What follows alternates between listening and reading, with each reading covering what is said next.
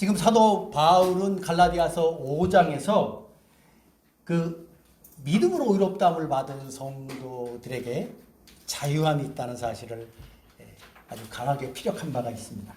바울이 말하는 신자의 자유는 무엇이든지 구애받지 않고 자유롭게 행동할 수 있는 그런 일상적인 그런 자유가 아닙니다. 바울이 말한 자유는 죄와 율법의 멍에로부터 우리를 구원하신 그런 놀라운 구속의 자유를 말합니다.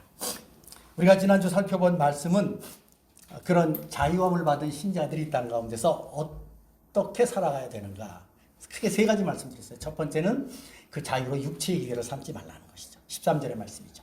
그 자유로 육체의 기회를 삼지 말라. 무슨 뜻입니까? 하나님께서 우리를 구원해 주셔서 우리의 모든 죄를 용서해 주셨다고 해서 우리가 이제 죄와 율법의 멍에로부터 해방됐다고 해서 계속해서 그냥 마음 놓고 죄 짓는 그런 어리석음을 범하지 말라는 것이죠. 그런 은혜를 받은 사람일수록 더욱더 죄를 경계하며 살아가야 된다는 것입니다. 두 번째는 무엇입니까? 사랑으로 서로 종노릇하라는 것입니다.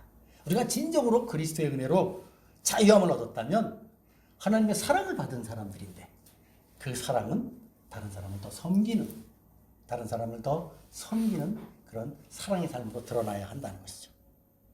그리고 마지막 세 번째는 그런 온전한 사랑으로 종노릇하는 삶, 그것은 무엇을 통해서 드러납니까?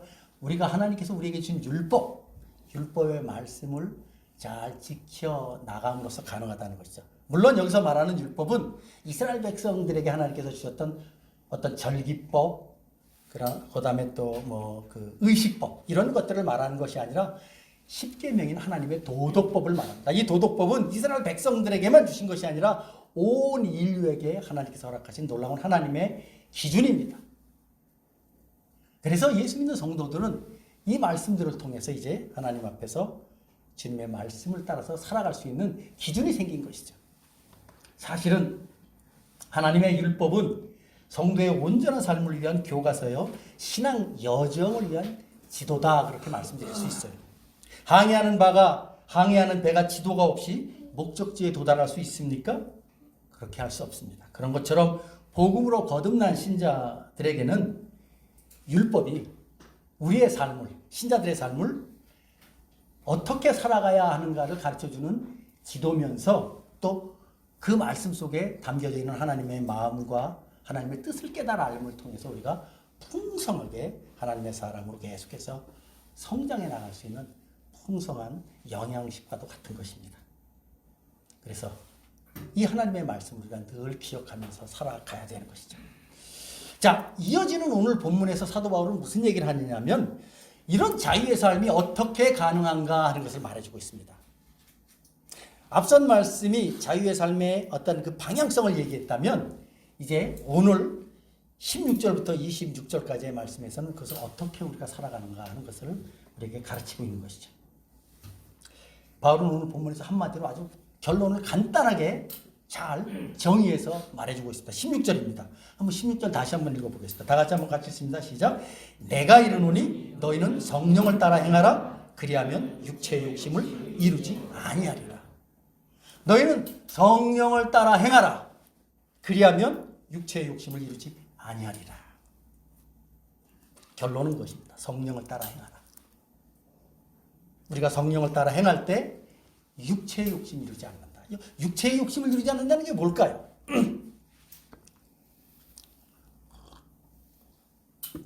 여기서 육체의 욕심을 이루지 않는다는 것은 예전에 우리가 죄와 율법의 멍에로부터 해방되지 아니하였을 때 우리의 마음속에 자리 잡고 있었던 그런 우리의 죄악된 본성, 그것을 육체라는 단어, 육신이라는 단어로 표현하고 있는데 그것을 우리가 늘 추구하며 살았었는데 이제 우리가 성령의 인도함을 따라서 살아갈 때 이제 우리는 그것을 추구하며 살지 않게 된다는 것이에요.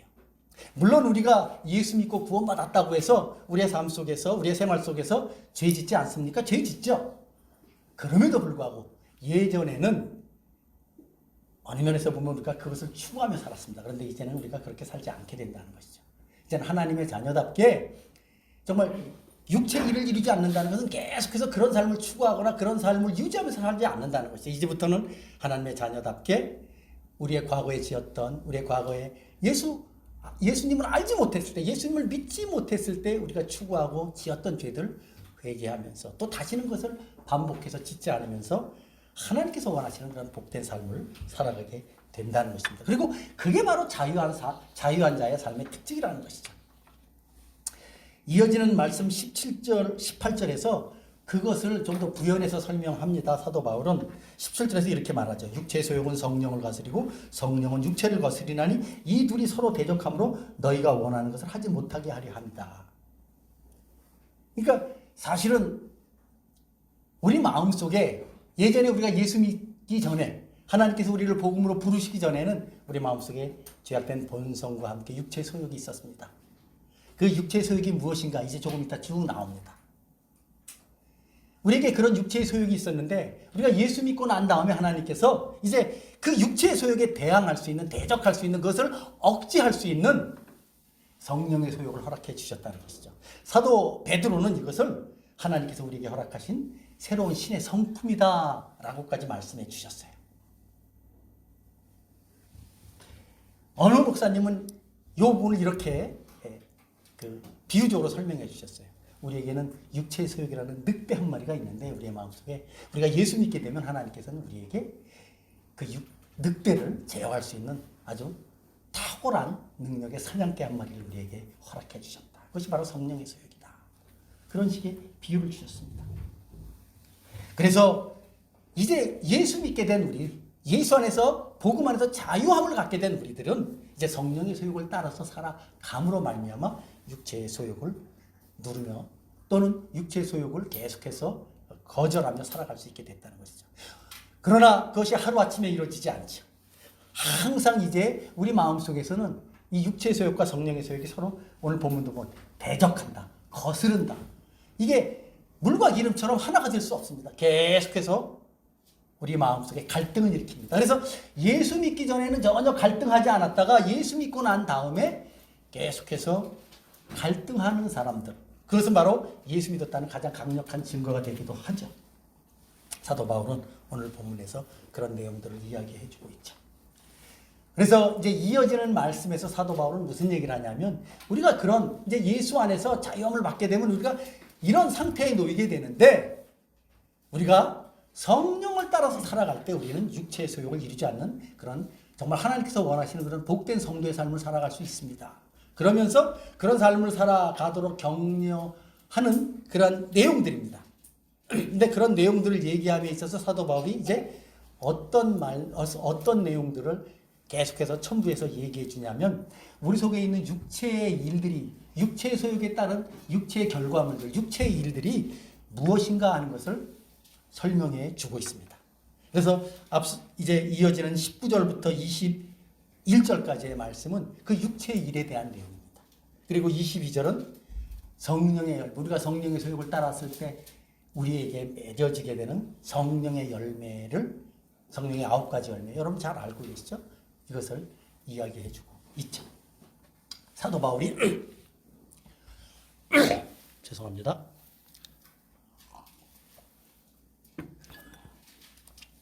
사도 바울이 왜 이런 어떤 논리라 할까요? 이런 그 논리를 따라서 설명을 할까요? 그것은 이제 성도들에게 알려주길 원하는 거예요. 우리가 어떤 사람, 과거에 우리가 어떤 사람이었고 이제는 우리가 어떤 사람이고 어떤 방향성을 잡고 살아가야 되는지를 성도들에게 알려주고자 하는 것입니다. 그래서 19절부터 21절까지는 육체의 일을 많이 설명합니다. 아주 훨씬 더 풍성하게 설명합니다. 왜 그럴까요? 우리가 어떤 사람인가를 좀 더 자세하게 알라는 것이죠. 우리가 예수 믿기 전에 무엇을 추구하며 살았던 인생들이었던가를 자세하게 한번 살펴보라는 것입니다. 여러분, 하나님께서 우리에게 은혜를 주시는 그런 뭐랄까요, 원리, 방법이 무엇입니까? 하나님께서는 우리에게 그 율법의 말씀의 빛을 통해서 우리의 죄를 깨닫게 하십니다. 우리의 죄를 먼저 깨닫게 하심을 통해서 정말 내 힘으로 도저히 해결할 수 없는 그 내 죄의 문제를 무엇을 통해서? 그리스도의 십자가를 통해서 십자가 앞에 하나님의 은혜 앞에 나아가게 하시잖아요. 그 똑같은 원리가 오늘 사도 바울이 이 말씀의 순서를 우리에게 보여주는 것입니다. 먼저 사도 바울은 우리 신자들에게, 이제 갈라디아 교회의 성도들에게 쓴 편지니까 이 갈라디아 교회 성도들에게 먼저 그들이 과거에 있었던 육체의 일이 무엇인가를 설명해 주고 있습니다. 특별히 4가지 영역에서 설명해 주고 있습니다. 바울의 마음속에 기대하는 바는 무엇입니까? 그들이 이것을 잘 알라는 것이죠. 그래서 무엇이 옳고 그른가, 무엇이 우리가 취해야 될 것이고 무엇이 우리가 버려야 될 것인가를 잘 선택해서 이제 정말 거룩한 하나님의 백성다운 삶을 성령을 따라 행함으로써 잘 살아가라는 의도에서 그렇게 말하고 있습니다. 그래서 오늘 저와 여러분들도 이 말씀을 따라서 육체의 일이 무엇인가 한번 좀 살펴보길 원합니다. 우리가 다 알고 있는 일이에요. 그러나 우리는 가급적이면 이런 쪽을 외면하려고 하죠. 좋은 게 아니기 때문에. 그러나 알아야 됩니다. 나쁠수록 알아야 됩니다. 그래서 왜 나쁘고 그러면 우리가 어떻게 되는지를 알아야 경계하게 되는 것이죠. 크게 4가지 영역에서 말하고 있는데 첫 번째 영역은 뭐냐면 성적인 영역입니다. 19절 한번 보십시오. 육체의 일은 분명하니 곧 음행과 더러운 것과 호색과. 육체의 일은 분명하다. 이게 분명하다는 단어는 뭐냐면은 흐려지지 않는다는 거예요. 세월이 가도 절대로 이것이 죄인데, 이 당시에 죄 있는데 2000년이 지난 오늘날 이거 죄가 아니라는 거예요. 육체의 일은 분명, 이거는 흐려지지 않고 이것은 하나님께서 반드시 정말 엄중하게 죄로 여기신다는 거예요. 반드시 육체의 일이라는 것이죠. 그런데 첫 번째 나오는 내용이 뭐냐면 음행과 더러운 것과 호색입니다. 음행, 더러운 것, 호색. 이 3가지는 성적인 범죄의 영역입니다. 음행은 뭐냐면 간음입니다. 간음. 음행, 간음. 특별히 여기서 간음입니다. 이 간음이라 하면 뭐냐면 하나님께서 우리에게 주신 성적인 그러한 행위는 반드시 하나님께서 남편과 아내를 통해서 허락해 주셨습니다. 그것이 하나님께서 허락하신 정말 법입니다. 제도입니다. 그런데 그것을 뛰어넘어서 남편과 아내가 아닌 상태에서 음행을 하는 것. 그것이 바로 간음이죠. 그것이 바로 하나님께서 말하는 육체의 일이라는 것이죠. 여러분 잘 아시죠? 우리나라에서도 몇 년 전까지만 해도 간음은 형사처벌을 받았습니다. 왜? 가정을 파괴하는 가장 무서운 죄이기 때문에, 가장 악한 죄이기 때문에. 그래서 형사처벌을 했어요. 사람은 신체의 구공을 당하는 형사처벌을 받으면 움츠러들게 마련입니다. 그것을 돌이키고 안 할 수 있습니다. 그만큼 형사처벌은 무서운 죄를 억제하는 효과가 있죠. 그런데 이제 몇 년 전부터 간음죄 지었다고 해서 형사처벌, 간음죄 자체가 이제 없어졌어요.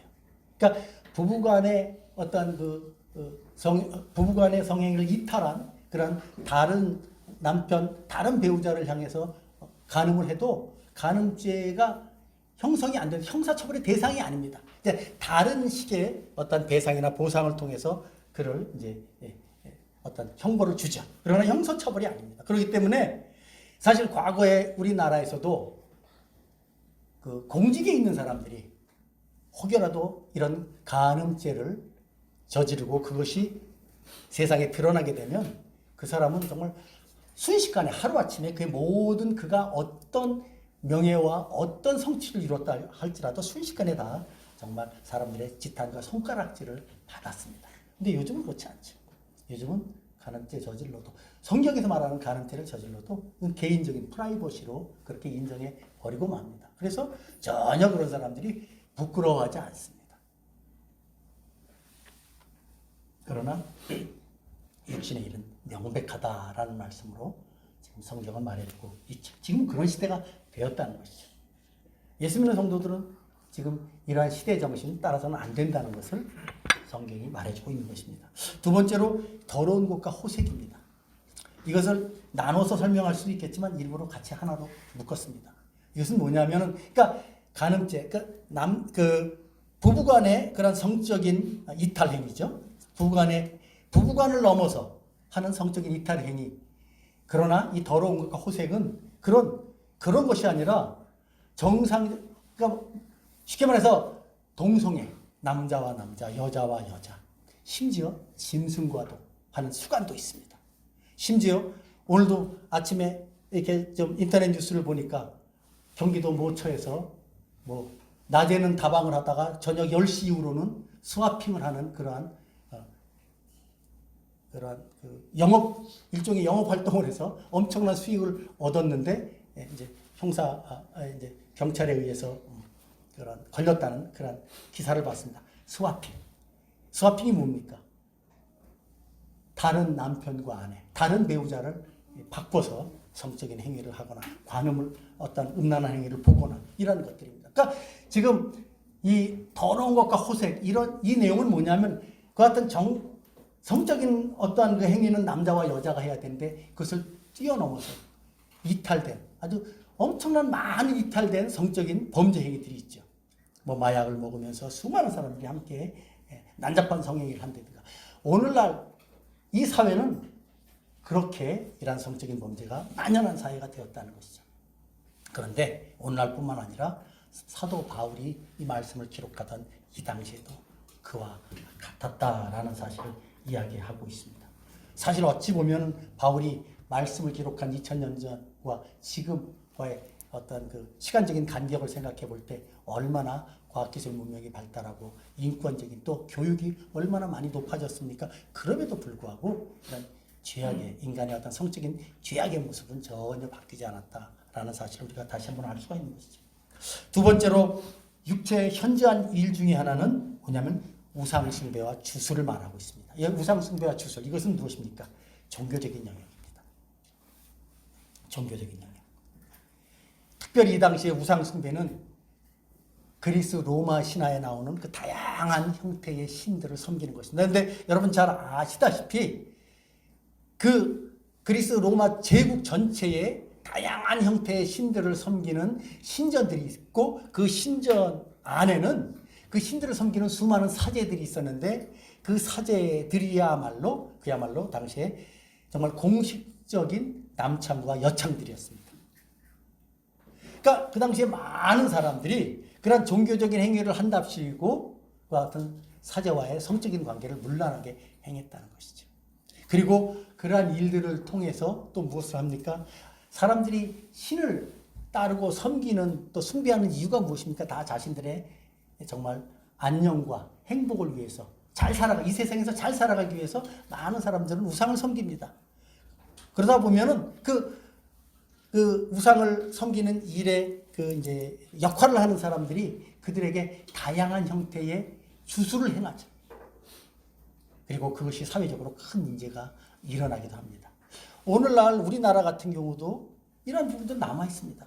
이제 곧 새로운 한 해가 되면 많은 사람들은 올 한 해 우리의 운세는 어떨까 하고 자연스럽게 실제로 우리 그 신문 스포츠 신문 요즘은 그런 신문이 이제 많이 이렇게 구독할 수 있는 그러한 신문들이 많이 사라지긴 했지만 요즘도 인터넷이나 많은 것들을 보면은 올해 나의 운세 이런 것들이 다양하게 나와 있죠. 다 이것은 사람들이 자신의 삶의 어떤 안녕과 행복을 위한 것들을 무엇인가 한번 알고 싶어서 하는 행위인데 그러한 것들도 일종의 주술 행위에 불과한 것이다라는 사실을 우리가 알아야 되겠습니다.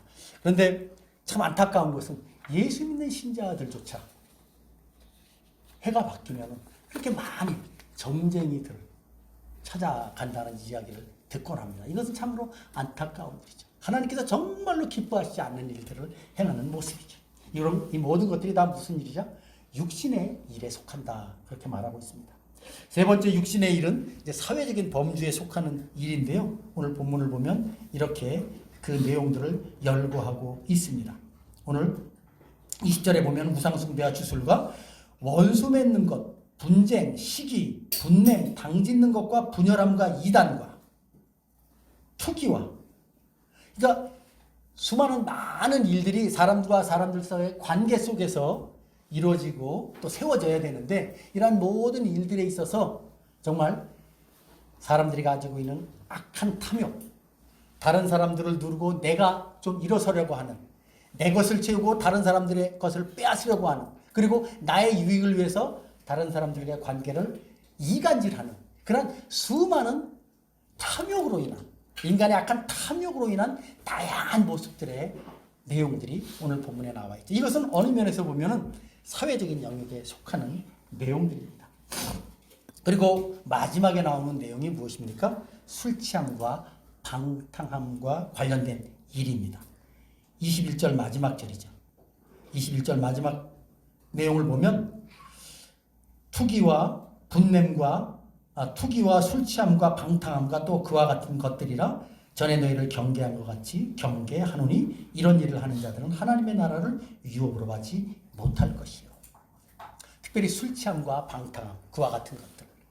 이 술 취함과 방탕함, 이것은 어느 면에서 보면은 앞서 말한 그러한 성적인 범죄, 또 종교적인 행위, 또 사회적인 관계 속에서 나타나는 여러 가지 다양한 악행들, 이 모든 일들에 쉽게 말해서 그 불이 나는 걸로 비유를 하자면 기름을 끼얹는 것 같은 그런 행위가 바로 술 취함과 방탕함이죠. 사실 앞서 말한 이 모든 것들의 원인이 되는 일들이 어디에 나옵니까? 이 술 취함과 방탕함에서 나온다는 것이죠. 사실 오늘날 우리 사회도 술을 많이 권장하는 사회 아닙니까? 광고를 보면 얼마나 화려하게 술 광고가 나옵니까? 그리고 드라마나 다양한 여러 매스컴들을 보면 얼마나 사람들이 서로 간의 관계를 이어가는 데 있어서 술집에서 술 마셔가면서 합니까? 사실 우리들은 그런 생각합니다. 약간의 술이야 사회생활 하는데 큰 도움이 되고 술 취하지만 않으면 되지 라는 생각합니다. 맞습니다. 사실은 술은 취하지만 않으면 됩니다. 성경에서도 술 먹지 말라고 말하지 않았고 술 취하지 말라고 말했어요. 그러나 우리가 이것을 하나는 기억해야 합니다. 술이라고 하는 것의 특징이 무엇이냐면 술은 술을 먹는 사람들을 지배하는 성향이 있습니다. 우리가 우스갯소리로 그런 얘기하죠. 처음엔 사람이 술을 먹고 술이 술을 먹고 나중에 술이 사람을 먹는다.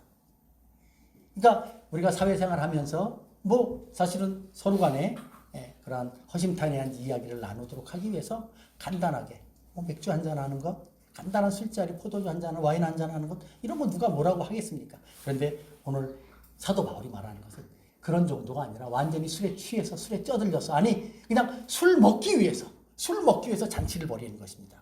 이 당시에 그랬다는 것이죠. 지금도 그렇습니다. 지금도 술에 중독된 사람, 술 취하기를 습관적으로 행하는 사람은 무슨 모임을 가든지 무엇을 하든지 궁극적으로는 뭘로 갑니까? 술로 갑니다. 그래서 정말 술에 잔뜩 취해서 이성을 마비시키고 해야 할 말, 안 해야 할 말 구별하지 않고 마음대로 퍼부어놓고 큰 싸움을 일으키기도 하고 정말 엄청난 어려움을 당하기도 하죠. 또 그로 인해서 운전대까지 잡으면 어떻게 됩니까? 자기 자신뿐 아니라 다른 사람들까지도 그 인생을 망쳐놓는 그런 악한 일이 바로 이 술 취함입니다. 술 취함입니다. 오늘 사도 바울은 이런 그 당시에 있었던 여러 가지 육신의 악한 일들을 분명하게 아주 명백하게 이야기해 주면서 성도들에게 이러한 것에서부터 떠나 있으라는 그런 것들을 분명하게 구별하면서 하나님 앞에서 믿음으로 잘 살아갈 것을 이야기합니다. 이어서 사도 바울은 무슨 말까지 이제 교인들에게, 그 갈라디아 교인들에게 얘기해 주냐면 성령의 열매를 22절의 말씀을 통해서 이야기해 줍니다. 아까도 말씀드렸습니다. 바울이 이 얘기를 하는 이유는 육신의 일과 성령의 일, 육신의 소욕을 따라서 우리가 열매 맺는 것과 성령의 소욕을 따라서 열매를 맺는 것이 어떤 분명한 차이가 있는지를 알려줌을 통해서 예수 믿는 성도들로 하여금, 갈라디아 교인들로 하여금 성령을 따라서 살아갈 것을 격려하기 위한 것이죠. 오늘 사도 바울은 이 말씀에서 그런 얘기를 하죠. 22절에서 성령의 열매, 오직 성령의 열매. 우리 한번 이 말씀은 다 같이 한번 읽어보도록 하겠습니다. 다 같이 읽습니다. 시작. 오직 성령의 열매는 사랑과 희락과 화평과 오래 참음과 자비와 양선과 충성과 온유와 절제니 이 같은 것을 금지할 법이 없느니라. 정말 22절 이 한 절에 나와 있는 9가지 성령의 열매, 이것은 예수 믿는 성도들뿐만 아니라 어느 누구라도, 이 땅을 살아가는 어느 누구도 나도 이런 마음, 이런 성품 갖고 싶다, 나도 이런 사람 되고 싶다 라고 말할 정도의 그런 아름다운 열매들입니다. 사도 바울은 오늘 이 성령의 열매를 분명하게 말함으로써 우리가 성령을 따라 행할 때 이런 열매들을 맺혀갈 수 있다는 사실을 이야기해 주고 있습니다. 사실 오늘 본문을 보면 이러죠. 오직 성령의 열매는, 열매들이라고 말하지 않았어요. 열매. 이 성령의 열매는 단수입니다. 하나인데 9가지의 맛이 난다는 거죠. 우리가 예수 안에서 믿음으로 살아갈 때 하나님께서 우리에게 참으로 아름다운 성령의 열매를 맺게 해주시는데, 아름다운 신앙 인격을 우리 삶 속에서 열매 맺게 해주시는데, 이와 같은 아름다운 모습들이 있다는 것이죠. 이것 하나하나 다 살펴봐도 우리들에게 큰 은혜가 될 것입니다. 그러나 오늘은 시간상 그렇게 살펴볼 수는 없고요. 오늘 저는 이 본문에서 사도 바울이 22절 오직 성령의 열매에 대해서 말하면서 그 다음 23절과 24절의 말씀을 한 번 더 살펴보기를 원합니다. 23절과 24절에서 이렇게 기록하고 있죠. 온유와 절제는 이 같은 것을 금지할 법이 없느니라. 무슨 뜻입니까? 우리가 성령의 사람으로 성령의 인도하심을 따라 살아갈 때, 성령을 따라 살아갈 때 이것이 맺혀지는 게 당연하다는 것입니다. 맺혀지는 게 당연하다는 것입니다. 금지할 법이 없다라는 것은 바로 그런 의미죠. 그러면서 마지막 24절에서 무슨 얘기를 합니까? 24절 다 같이 한번 읽어보도록 하겠습니다. 다 같이 한번 읽습니다. 시작. 그리스도 예수의 사람들은 육체와 함께 그 정욕과 탐심을 십자가에 못 박았느니라. 그리스도 예수의 사람들은 육체와 함께 그 정욕과 탐심을 십자가에 못 박았다. 그러니까 이 말씀을 통해서 사도 바울이 전하고자 하는 메시지가 뭡니까? 그러니까 예수 안에 있는 저와 여러분들은 육체와 함께 그 정욕과 탐심을 십자가에 못 박는 일을 매일같이 해야 한다는 뜻입니다. 여기서 못 박았느니라, 과거에 끝났다고 말하지 않고 영어 성경을 봐도 그렇고 헬라어 성경을 봐도 그렇고, 그러니까 이것은 다 분사형입니다. 그러니까 현재 분사, 영어 성경으로 현재 분사로 나올 때 have crucified, 그래서 십자가에 못 박았다. 분사형의 의미가 무엇입니까? 그런 경험이 있고 지금도 계속해서 진행 중이고 이어지고 있다는 것이죠. 그러니까 저와 여러분들이 예수 믿는 신자로 살아갈 때 우리에게 있어서 가장 중요한 우리의 신앙적인 어떤 그러니까 수고와 애씀이 어디에서 나타나야 하느냐 하면 바로 여기에서 나타나야 한다는 것이죠. 육체와 함께 그 정욕과 탐심을 십자가에 못 박는 것. 여기서 말하는 육체는 아까도 말씀드렸지만 우리의 몸을 말하는 것이 아니라, 뭐 우리가 다시 십자가에 가서 못 박히는 것이 아니라 우리의 죄악된 본성을 말합니다. 그리고 우리 속에 있는 그 정욕과 탐심은 우리의 죄악된 본성과 늘 정말 기회만 되면 야합해가지고 늘 짝해서 우리로 하여금 앞서 말한 육체 일을 추구하게 하는 그러한 것을 말하죠. 근데 사도 바울은 뭐라고 말합니까? 육체와 함께 그 정욕과 탐심을 십자가에 못 박았느니라. 못 박아야 된다. 계속해서 못 박으면서 살아가야 된다. 여러분, 십자가가 무엇입니까? 십자가는 죽음의 형틀입니다. 그 당시에 가장 가혹한 형벌이 십자가형이었습니다. 십자가형이 왜 가장 가혹한 형이었냐면 단번에 죽이는 형벌이 아니에요. 서서히 죽이는 형벌이에요. 그래서 십자가, 사도 바울이 여기서 십자가에 못 박았다라고 말하는 것은 두 가지 의미가 있습니다. 첫 번째는 반드시 죽여야 한다는 뜻입니다.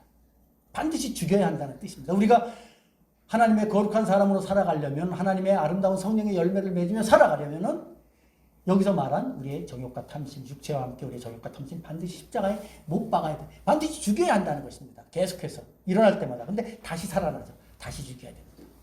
그리고 또 한 가지는 여러분, 십자가에 못 박히는 사람 얼마나 고통스럽죠. 죽을 때까지 그의 몸에서 물과 피가 계속해서 흘러져 나와야 돼. 그 시간이 죽을 때까지 시간이 고통스러운 것입니다. 그러니까 사실 우리가 우리의 정과 욕심을 십자가에 못 박는 것이 쉽다는 뜻입니까?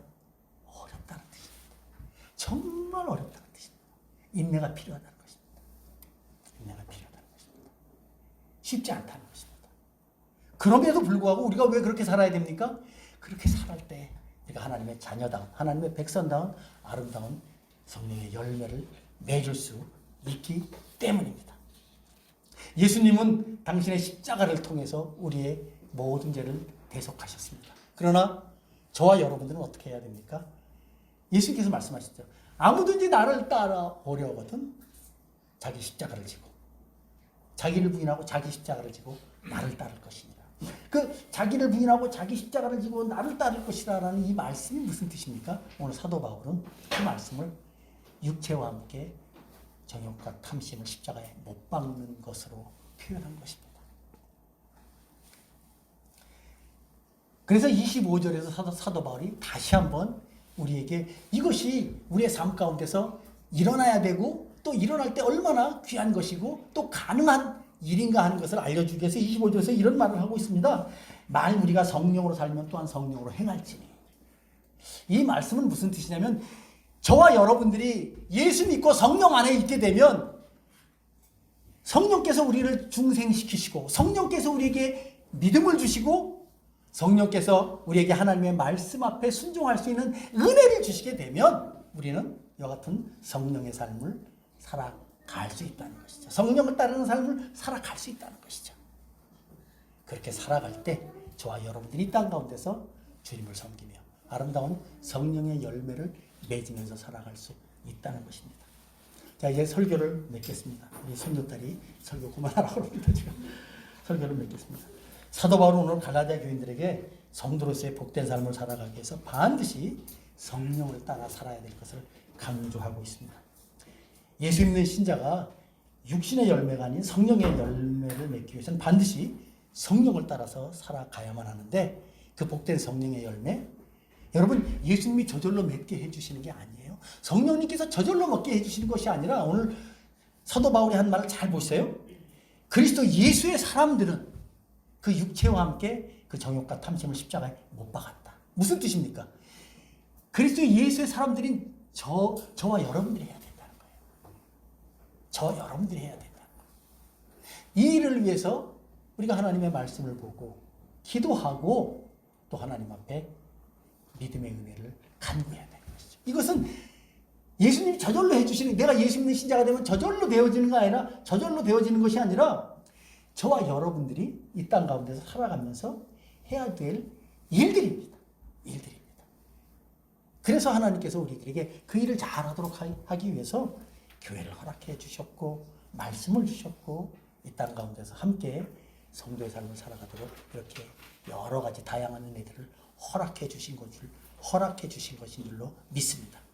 오늘 사도 바울은 바로 그런 우리에게 육신의 일이 아닌 성령의 열매를 맺을 것을 강조하죠.